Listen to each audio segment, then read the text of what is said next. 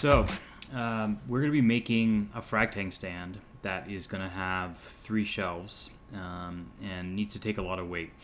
Now, I did a bunch of research and shopped around quite a bit for these, and it was going to be pretty expensive. Actually, I got a quote for a matching, powder-coated steel stand to match my display stand that was actually more than my display stand, just because I think it's a triple decker and the engineering is a little bit more complicated. So I also approached some of the aluminum tank stand manufacturers like Framing Tech, and that was also going to be pretty expensive. So there were some commercial options that I entertained for a while, like these kind of these industrial racking systems, but they were all metal, and even with kind of the powder coating, I was a little dubious about whether these would stand up the test of time in a humid kind of saltwater environment. So we're going to be making these, and to make these, we're going to be laminating 2x4s together to make really strong shelves. The shelves are each going to be 6 feet wide, more than 6 feet wide actually, and we should be able to get some pretty strong shelving out of laminating these 2x4s together. So one thing to consider is that when you're using wood for like a DIY fish tank stand or laminating shelves like this, do your best to try to get kiln dried wood. You can find it at big box stores like Home Depot and Lowe's. It'll usually have KD on the label for kiln dried, funny enough. And it's been pre-dried and has a lot less moisture in it. And so in contrast to other dimensional lumber, which are usually green, like studs and even 4x4s, it will shrink and move a lot less on you as it dries. So this is kind of puts you one step ahead of the game. This isn't going to look like much right now because I'm just doing the glue ups, and I'll need to do these glue ups in sections because my machinery is only so wide. But we're going to be doing the glue ups, and then we'll take you through the process of how to make these.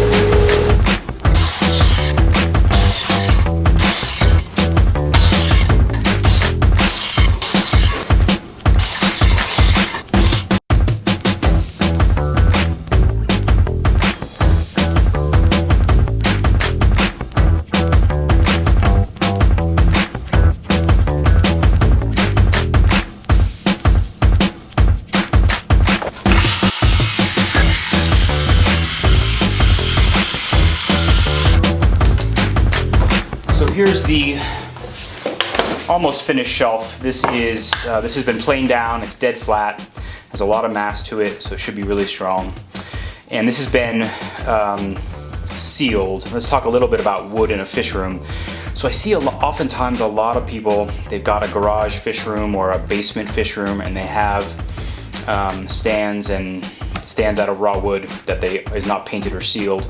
That's pretty iffy for a space that has a lot of moisture in it. Wood wants to absorb moisture, and it's going to move and twist on you if it hasn't been sealed. So it might be okay if you've got a big enough space and you've got good air circulation. It might be fine. We have a pretty small room. It's a 10 by 10 room. So we're going to seal everything. This is my favorite primer. It's by Zinsser. This is actually a shellac-based primer, and it comes in white and clear, and it's watery, it dries really quick, it really seals the wood, and especially if you're doing a lamination like this, once you get it dead flat, seal it right away, and then it won't move or warp on it. One of the things that I see often is people, they have a piece of plywood on top of their stand, and they don't paint the bottom and the top equally. It's really important that you seal that piece of plywood that's sitting on top of your tank that the tank is going to sit on, you seal the bottom and the top of it equally, because even plywood wants to absorb moisture and move. And you know, if your tank is big enough, just the weight of the tank might prevent that from happening, but especially if you have a sump underneath, the plywood underneath is going to absorb moisture from the environment inside the stand and not on top of the stand, which will make the plywood move at a different rate and could warp subtly over time, which might be enough to cause a problem with your tank. So especially the plywood on your tank stand, make sure to paint the bottom and the top equally. Don't do one coat on the bottom and two coats on the top, equally on both sides. So if you can't find kiln-dried vertical supports for your particular size of tank, you can dry it yourself. So these are green 4x4s. I actually couldn't find kiln-dried 4x4s. And just set them up in a relatively dry space, put spacers in between them so you have equal airflow around each of the sides. And you know, let them sit. Try to plan ahead. Try to let them sit for 4 months, 6 months if you can. And you'll be that much ahead of the game, and when you actually build your stand, they'll move that much less and potentially cause less problems with your tank.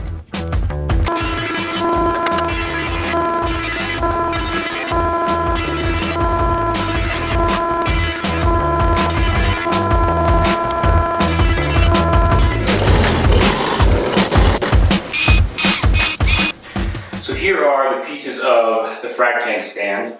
It was too large and too heavy to build in the shop and then move in here. So this is one of the sides, and this is the other side. So I'm going to be putting it together in the fish room. This side right here is perfectly level and plumb and bolted into the wall. This is our reference point, and everything else will be kind of squared and leveled on this. And then here are the shelves. And this one on top is the bottom shelf with a center support. And I couldn't resist putting a piece of hickory trim on the front just to spruce things up a little bit. These shelves weigh about 100 pounds each. So it was a little too much to build it in the shop and then try to get it in here. So we are going to try to put this thing together. Here we go.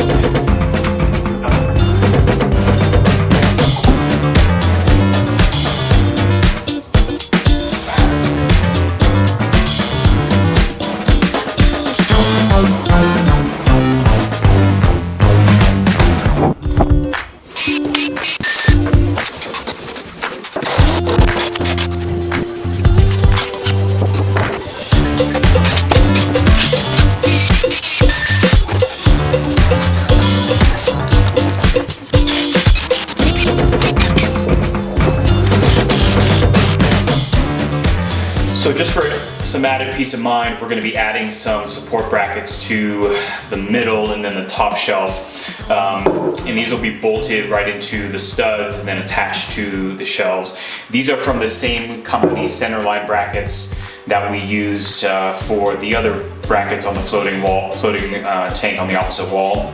3/8 inch steel, powder coated. And because they're going to be attached to the studs, it'll also prevent any type of racking on the stand, especially since it's going to be a little top heavy with a tank on the top. So these should be just another level of support.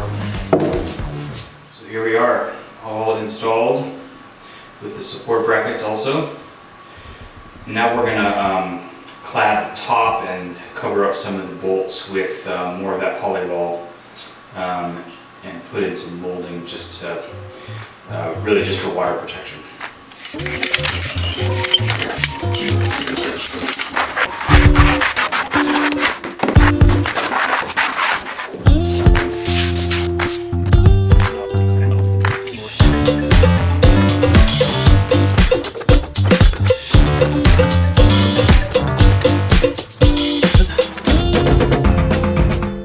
That's it for this video. Thanks so much for joining us, and happy reefing.